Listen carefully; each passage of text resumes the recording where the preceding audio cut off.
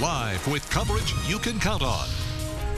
This is Action 2 News HD at 5. Good evening. Thanks for joining us. We begin with breaking news from the village of Howard, where authorities confirm one person is dead due to a natural gas truck explosion. It happened about 1:30 this afternoon in an industrial park on Pamperin Road.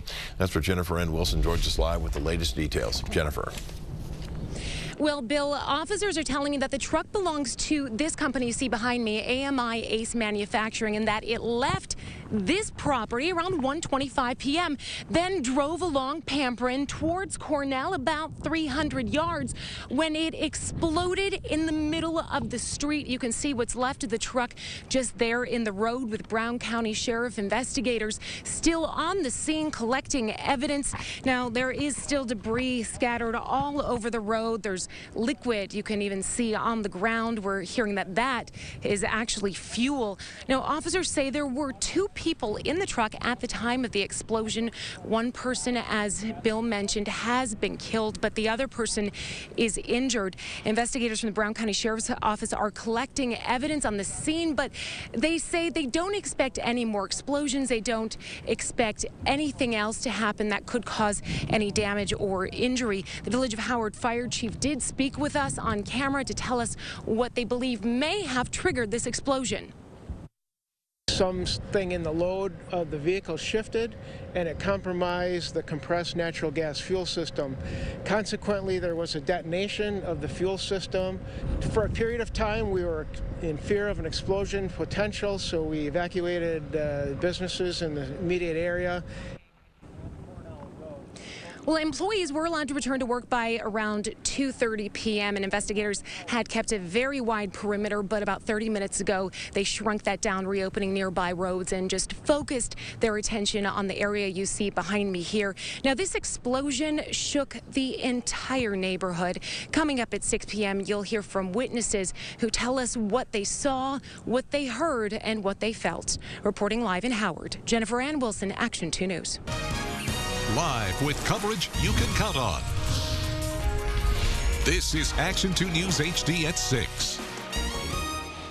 Good evening. Breaking news tonight out of the village of Howard in Brown County, where emergency crews say one person is dead, another hurt after a truck exploded. It happened on Pamperin Road near Gruber Road at 1:30 this afternoon. Jennifer Ann Wilson is live now with the details. Jennifer.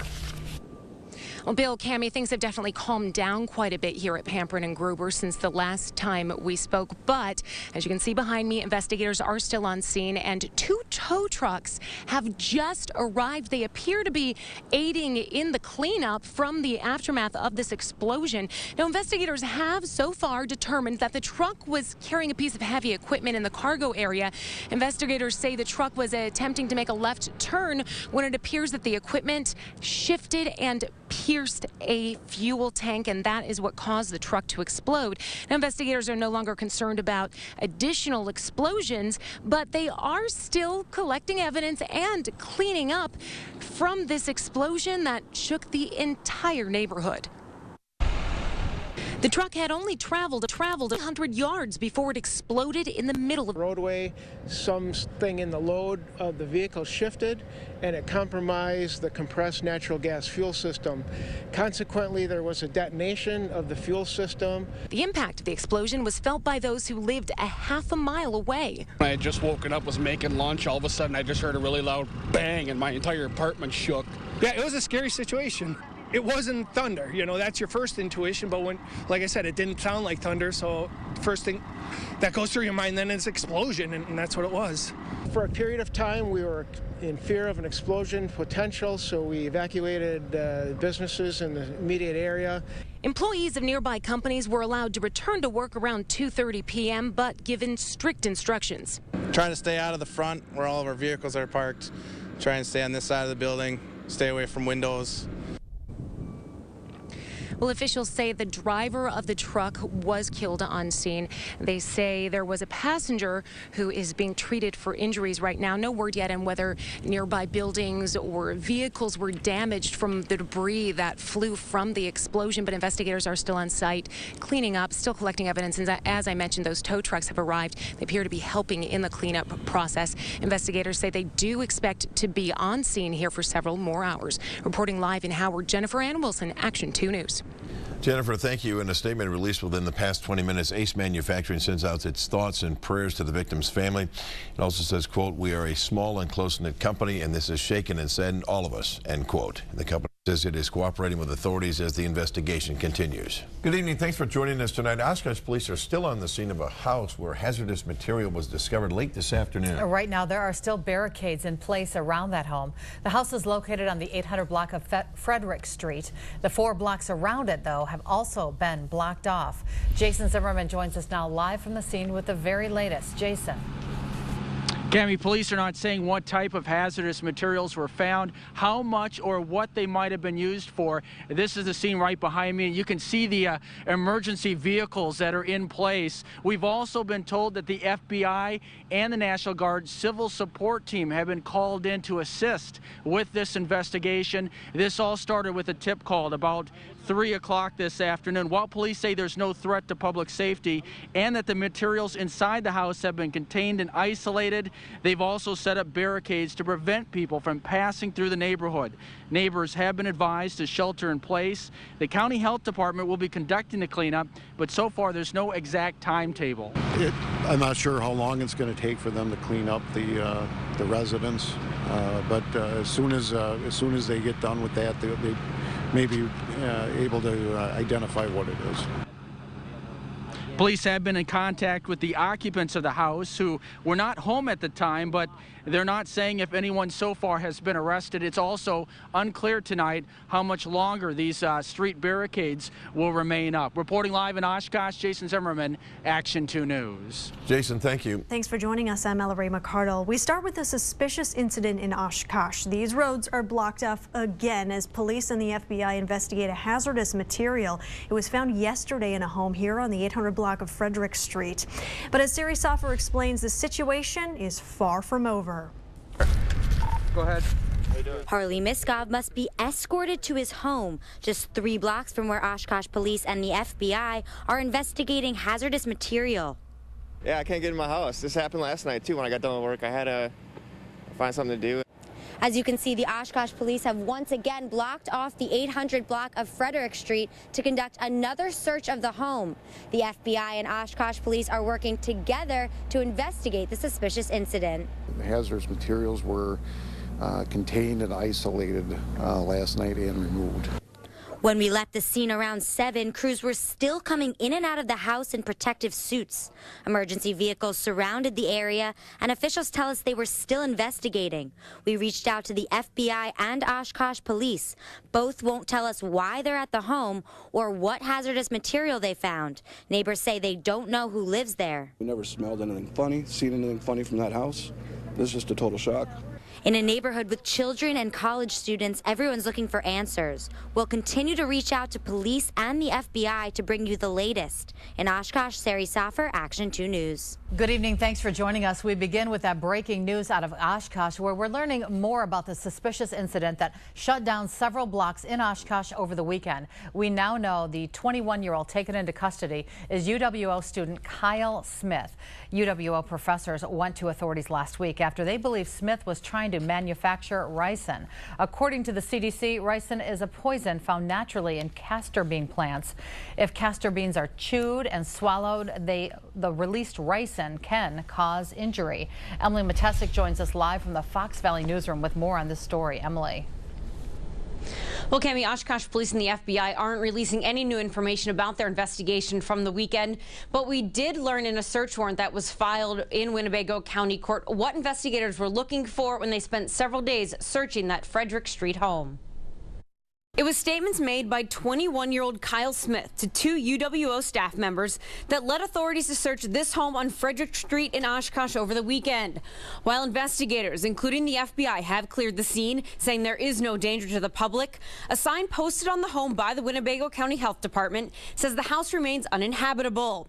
According to the search warrant filed in Winnebago County Court, authorities went to the home on Friday looking for materials used to manufacture ricin, a toxic poison made from extracting castor oil from castor seeds.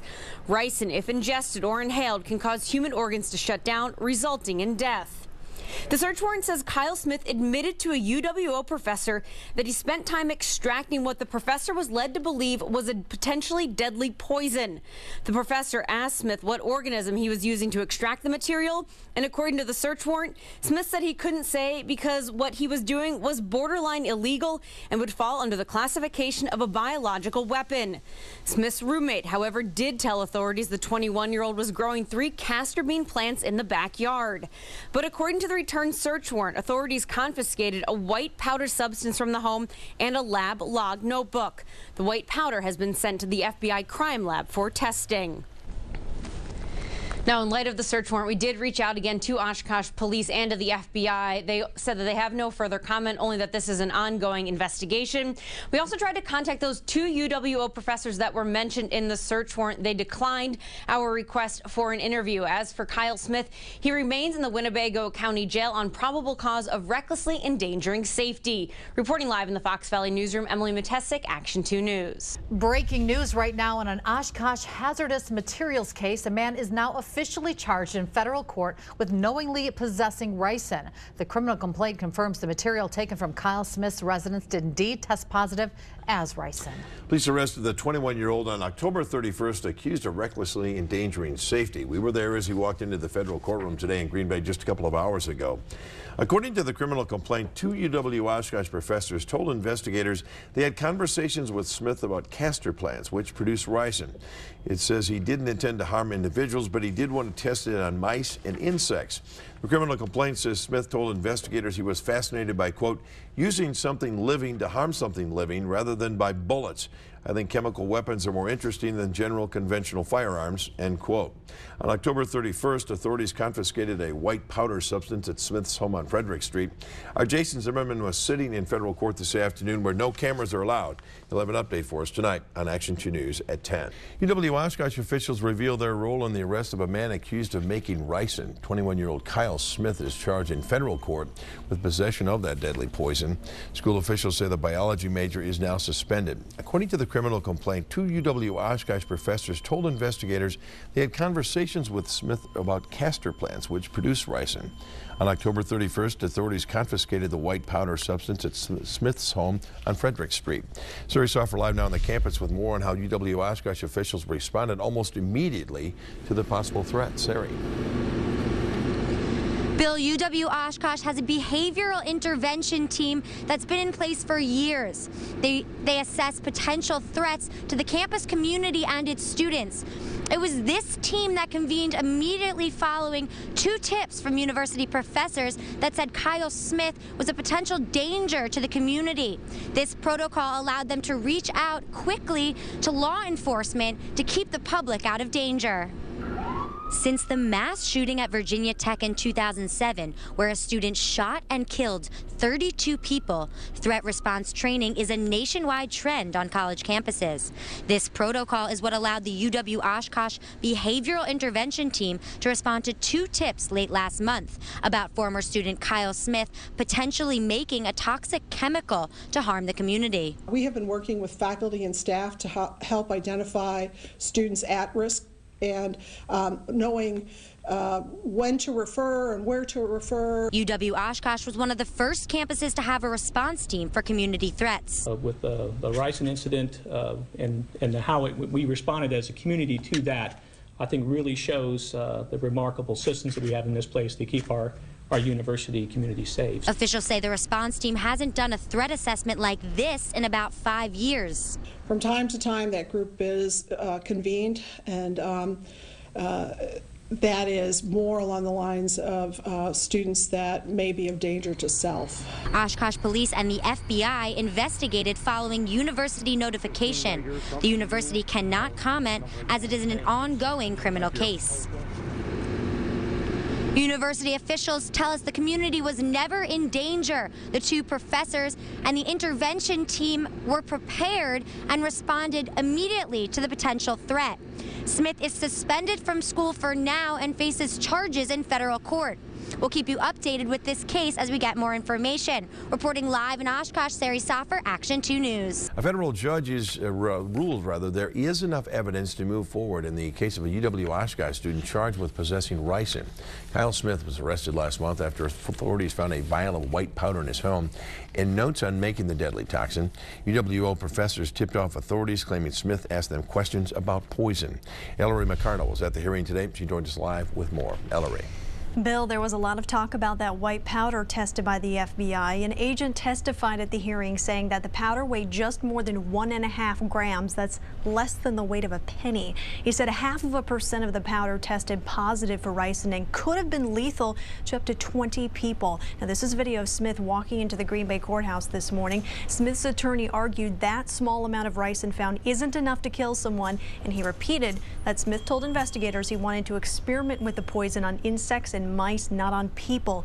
Well, the judge denied the defense's request to drop the case. He also denied bond for Smith, saying he believes Smith is still a danger to the public. Attorneys for both sides would not comment on the case. Smith's next court appearance has not been set either. If convicted, he could spend up to 10 years in prison. Reporting live in the newsroom, Ellery McCardle, Action 2 News. We begin with new information about a ricin case from Oshkosh. The defendant in the case now faces a charge that carries a possible sentence of life in prison. Kyle Smith is charged in federal court with possession with intent to use ricin as a weapon. Federal prosecutors initially charged him simply with possession of ricin, but a grand jury decided to amend it based on evidence.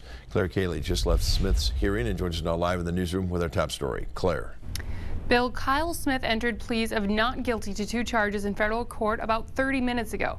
The grand jury returned an indictment charging the UW Oshkosh senior with knowingly possessing a toxin and developing, producing, retaining, and possessing that toxin for use as a weapon, which holds a maximum sentence of life in prison. In court today, both sides discussed retaining experts for their testimony on exactly what substance was found inside Smith's home. The defense saying their expert may testify the substance was not ricin powder. The 21-year-old was arrested on October 31st after FBI agents found a white powder weighing 1/2 gram. It later tested positive in their labs for ricin. Last month, an FBI agent testified a portion of that powder was enough to be lethal to 20 people. A criminal complaint shows Smith spoke with 2 UW Oshkosh professors about substances used to make ricin. The professors reported their discussions with Smith to authorities. Smith's trial is scheduled to start February 17th, but that date could change depending on motions filed by the prosecution or the defense. He's expected back in court February 6th for a final pretrial hearing. Reporting live in the newsroom, Claire Cayley, Action 2 News. It's an Oshkosh home deemed uninhabitable after ricin was discovered inside is being cleaned out today. Back in October, Oshkosh police searched a Frederick Street home after UW Oshkosh authorities believed a student may be manufacturing the poison inside. Authorities arrested 21-year-old Kyle Smith. He now faces 2 federal charges of possessing ricin and intending to use it as a weapon. Emily Matesic joins us live from Oshkosh with more on this story. Emily. Well, Cami crews from the Winnebago County Health Department, the EPA, and the National Guard worked here at this Frederick Street home behind me until about 3:30 this afternoon. They were cleaning and decontaminating the home, hoping to make it inhabitable once again. Teams from the EPA and the National Guard Civil Support Team suited up and entered the Frederick Street house looking for remnants of ricin. They're following a predetermined sample plan based on previous visits to the house. Those samples are collected and then they're analyzed right here on site with a handheld meter to determine if they're positive for ricin. Positive sites are then cleaned with a bleach solution and tested again to make sure the toxins are gone. We're not talking about a virus or a bacteria or anything like that. We're just talking about a plant protein. And the bleach, with enough contact time, will destroy that protein. Crews from the National Guard are transporting any negative samples to the Oshkosh Armory, where the samples are then put through additional testing to make sure they're not a threat. We want to make sure that it's removed and people don't inadvertently become exposed to it, and that it's safe for full-time occupancy. Neighbors in the area tell us they're not fearful knowing what was happening in this house, but they are following the situation closely. I'm just glad that they figured out what was going on, and I think they handled it very well. And even though crews wrapped up here about an hour and a half ago, we're told they will be back tomorrow to tie up any loose ends. Reporting live in Oshkosh, Emily Matesic, Action 2 News. This spectacle, attracting tens of thousands of people to northern Wisconsin, is back open tonight. The Apostle Island's ice caves were closed Friday and early Saturday morning after a big snowstorm. Before that, we wanted to see firsthand what's attracting the record crowds. So tonight, Matt Smith and photojournalist Thomas Jansen takes us along their journey to the ice caves in far northern Bayfield County.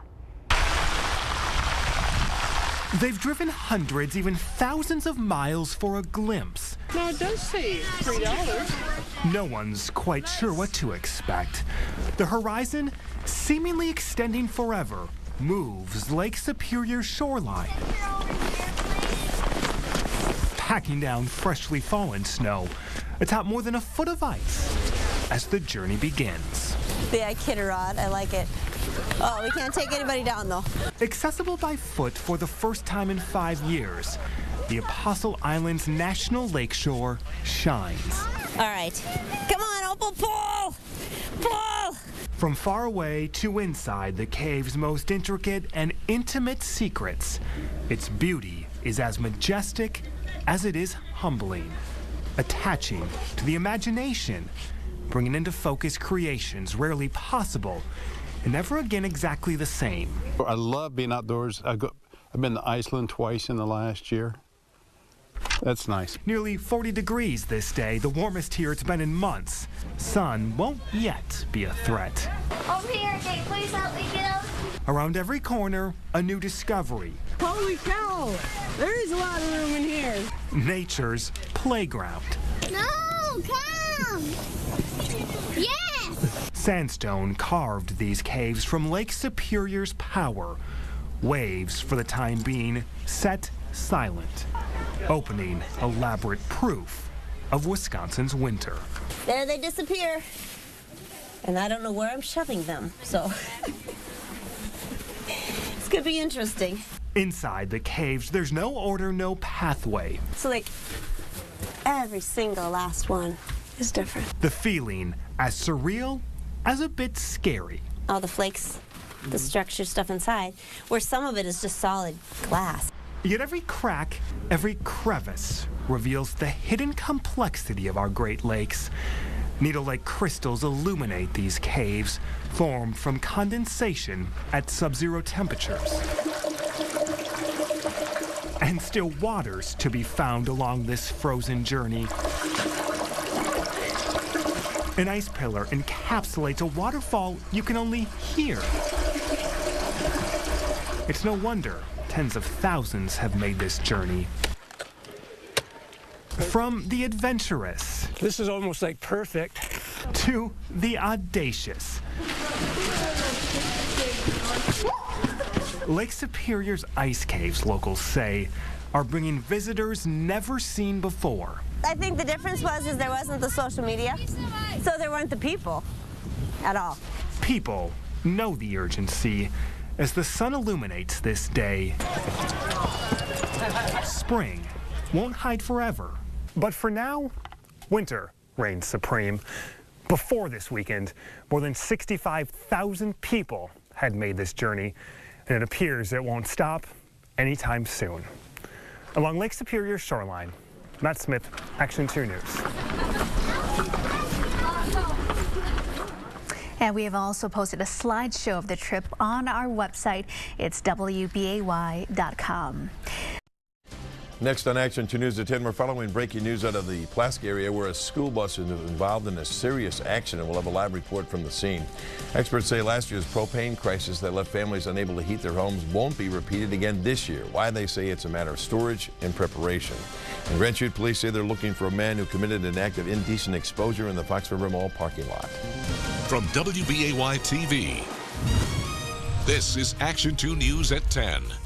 Coverage you can count on. Good evening. Thanks for joining us. Cami is off tonight. We're following breaking news near Pulaski where a school bus and a car have crashed and multiple emergency units are on the scene. That crash happened on Highway 29 at St. Augustine Drive. That's just south of Pulaski. Right now, Highway 29 is closed west of Highway 32. Police on the scene say the crash is quote-unquote horrific. Patrick Nelson joins us now live from the scene with the very latest. Patrick. Bill, we're on the scene of what first responders are calling a horrible crash, and you can see why. Behind me, you've got volleyball players from Pulaski High School, JV and varsity. We're told that some of these girls were injured in the wreck tonight, but we haven't got the numbers specifically. That information coming from the Pulaski Fire Chief. Now you can see where their bus ended up tonight after a crash on Highway 29. We still are working to learn details about the crash, but you can see here on the roadway on St. Augustine Road near 29, you still see some volleyball players, some parents, some firefighters, even Pulaski police here on the scene to make sure that some of these girls riding on the bus were okay. Now, there were some of the girls here leaving the scene with tears in their eyes, a very traumatic experience for them.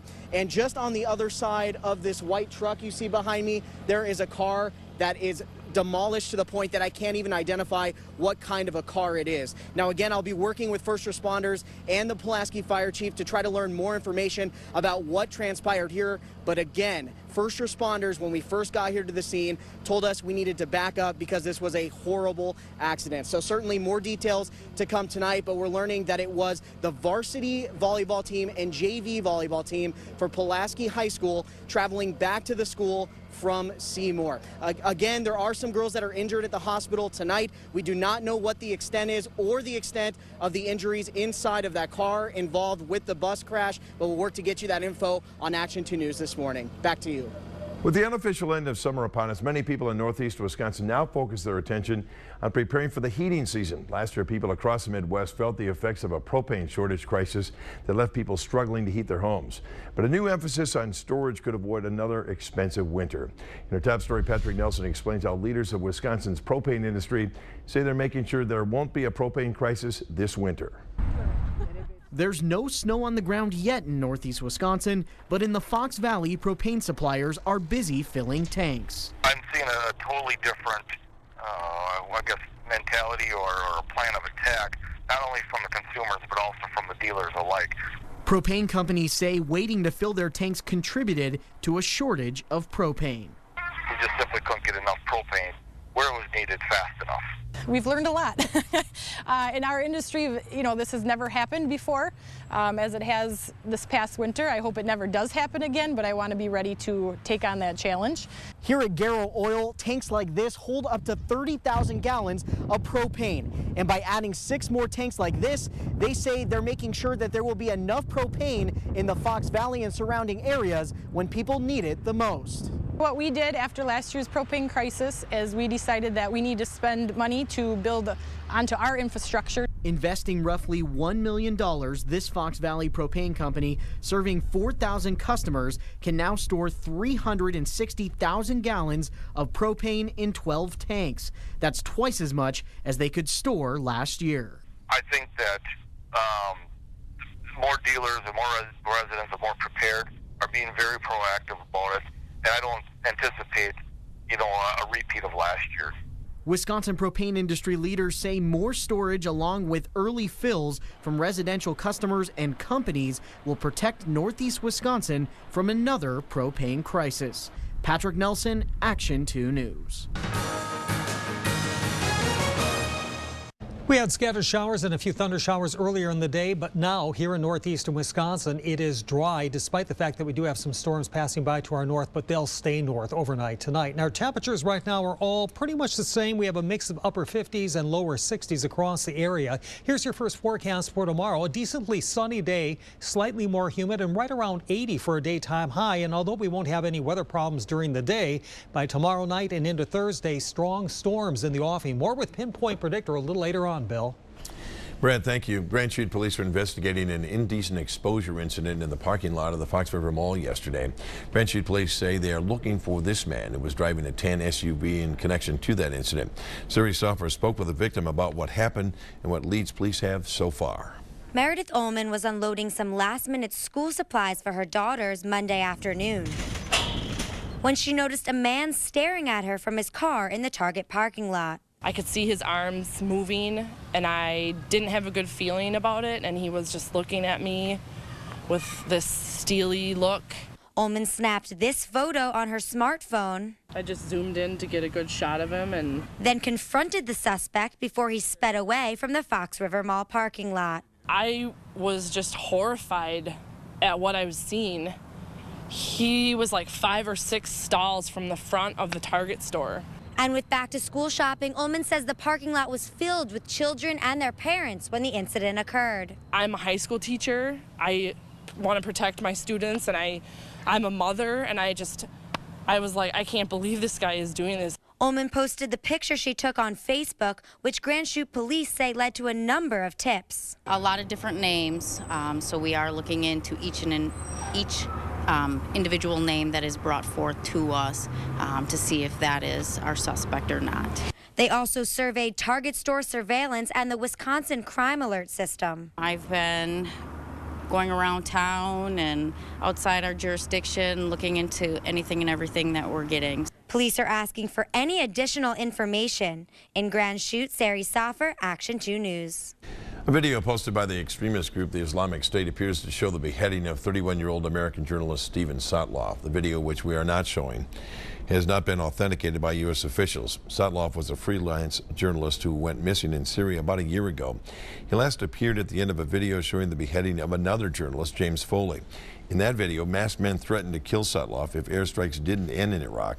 In today's video, Sotloff says he's paying the price for U.S. intervention. If the video is genuine, we are sickened by this brutal act taking the life of another innocent American citizens. Our hearts go out to the Sotloff family. A British journalist's life was threatened in today's video. Officials believe at least 2 other American journalists are being held by ISIS. New today, President Obama is sending another 350 troops to Iraq to protect the U.S. Embassy in Baghdad. The White House says the State Department asked for the additional military support to protect the U.S. diplomatic facilities in the Iraqi capital. The President approved the additional troops today and says they will not serve in a combat role. The Pentagon says most of the new troops are from the Army. This new deployment raises the total number of U.S. troops in Iraq to more than 1,000, with about 800 of them providing security. As kids head back to school across the country today, a new report shows about half of the country's schools are unprepared for an emergency or disaster. A report from the group Save the Children shows that Wisconsin is not one of them. We have reached full compliance with the national safety regulations, did so back in 2011. That means schools and daycares in the state have plans to safely evacuate kids from school, reunite them with parents, and plan for kids with disabilities. With 20 school shootings and 50 natural disasters hitting schools across the country in the past year, the report says all schools need to have emergency plans in place. For some parents in the town of Scott, the first day of school was a bit nerve-wracking as the young children had to walk to catch the bus today. In years past, kids were able to wait in their driveways for the school bus, but today, kids had to walk to the neighborhood corner. Parents protested that decision today, leading the Green Bay Public School District to change their policy and allow those kids to be picked up at their driveways again. The school district took over bus routes this year, and they say originally they changed the route to save some money. Still ahead here on Action 2 News at 10, another national retailer may have a massive security breach. Experts say Home Depot's credit card data may have been hacked. We'll tell you who experts suspect may be behind that breach. 75 is the normal daytime high, and most of us not that far off of the normal today. However, looking a little bit further down the road, there are some warmer, steamier days that will be stormy by late Wednesday into Thursday. The latest with Pinpoint Predictor right after this. From WBAY TV, Bill Jartz and Cammie Rapson, this is Action 2 News at 10. Coverage you can count on. Here's meteorologist Brad Spakowitz, live from Storm Center 2, brought to you by Mills Fleet Farm. All right, we have a lot of territory to cover, so let's get right to it and begin with some weather headlines here. No problems tonight, and really most of the day tomorrow should be pretty nice, but by later tomorrow night and into Thursday, it's probably going to be turning pretty stormy across northeastern Wisconsin. And speaking of storms, there are some to the far north across Michigan's Upper Peninsula tonight, but here at home, it is dry, it is quiet, and again, will remain that way overnight tonight. And there's really not all that much going on across the upper Midwest. In fact, what we're really watching is far away, and it's still just developing. It's back over here. It's a storm system that will be marching eastward, getting closer Wednesday and into Thursday. In fact, on Thursday, it'll come on through, and as it does, it will bring showers and storms across the region. In fact, here's something the Storm Prediction Center has already issued. Now, this is the slight risk for severe weather.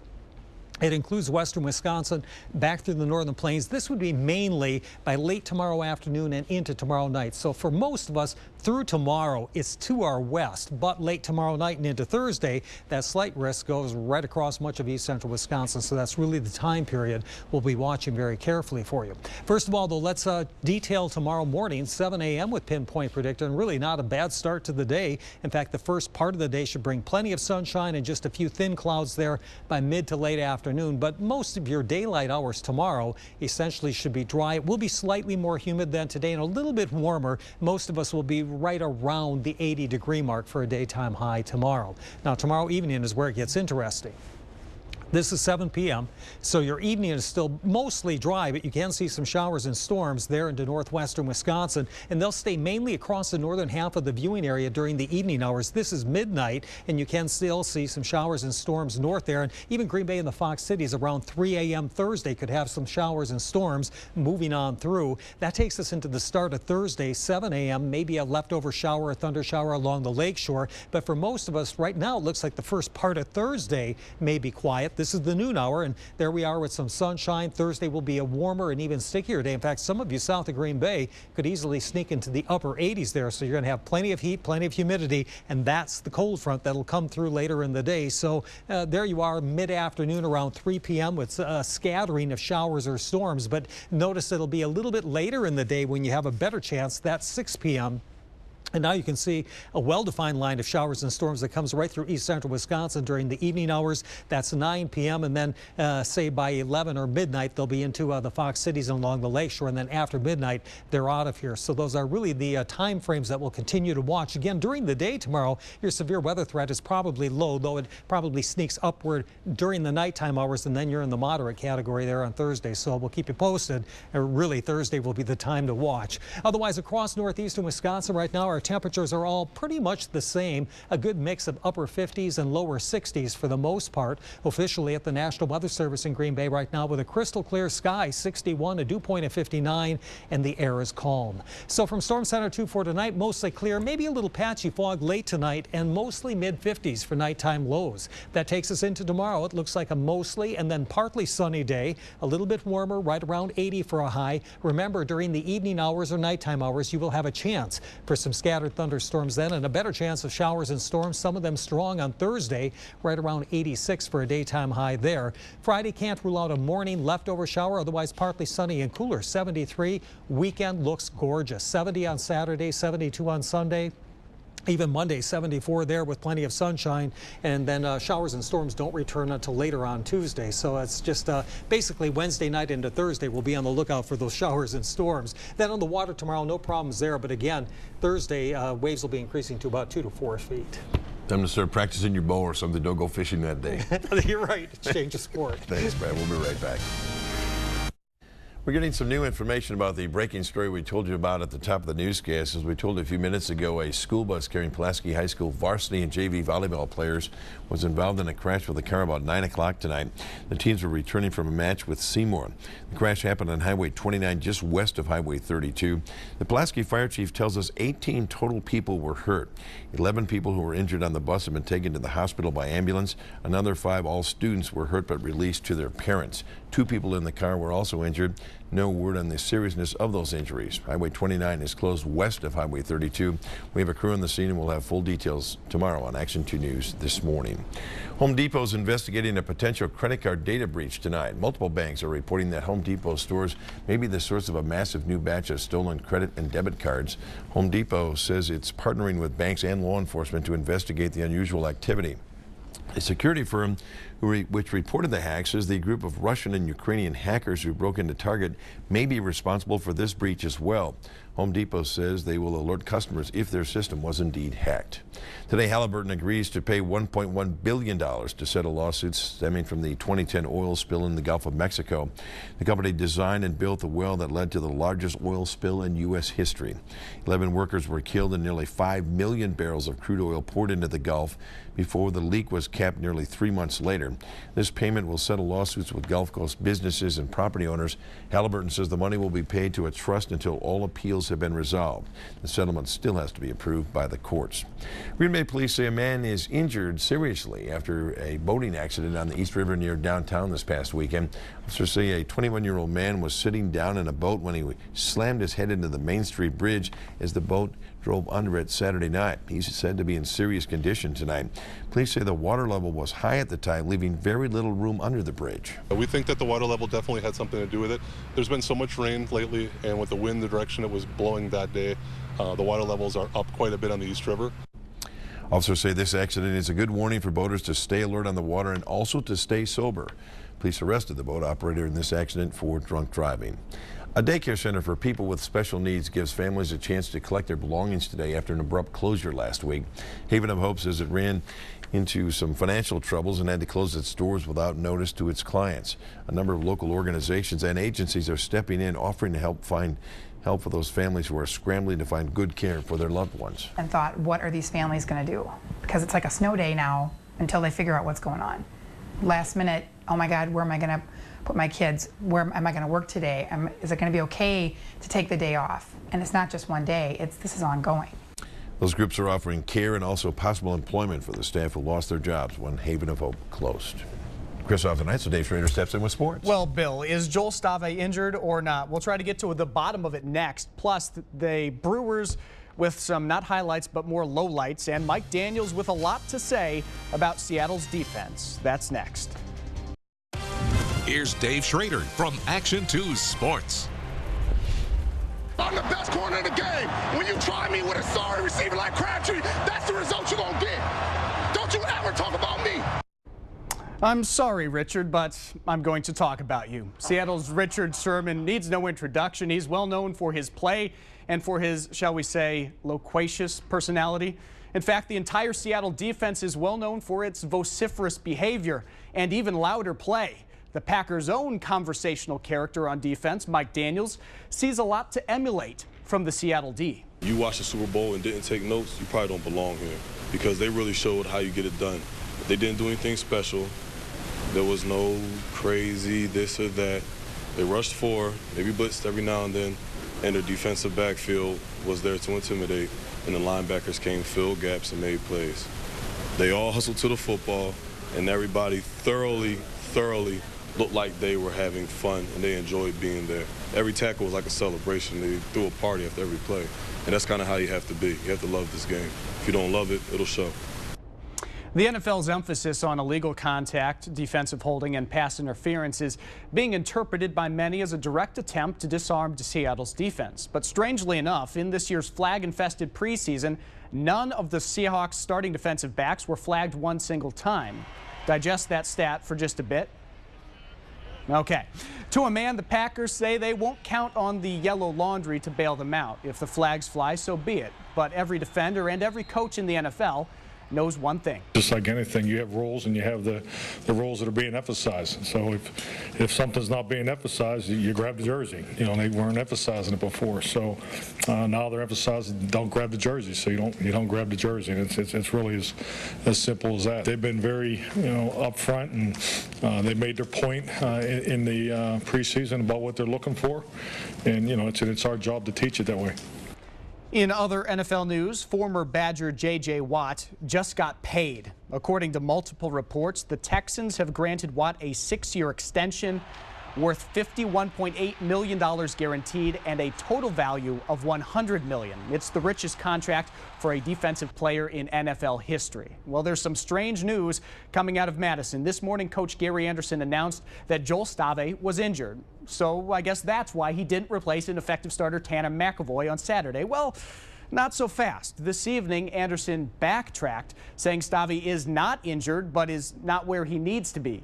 whatever that means. And Bart Houston would have actually relieved McAvoy Saturday if a move was made. Hashtag strange. Well, for the first time since the first week of the season, the Brewers are not in first place. One game back of the Cardinals to start the night, and the Cubs were killing the Crew again. In the 5th inning, it's a 2-run jack for Arismendi Alcantara. 7-1 the lead there. Chicago goes on to beat the Brewers. The Brewers lose their 7th straight. Check the scoreboard tonight. The Cardinals win again. So the Brewers now in a 2-game hole in the NL Central.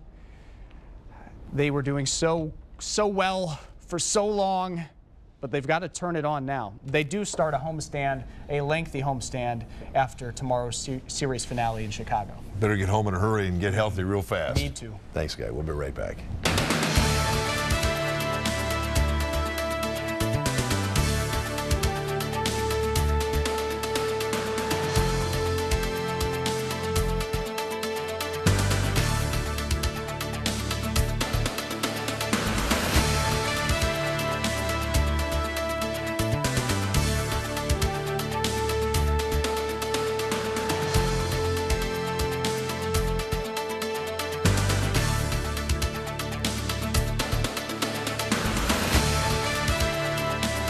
A few minutes ago, we've learned that one person has died in that school bus crash in Pulaski. Brown County Sheriff's deputies say the passenger in the car has died. The driver is said to be in critical condition.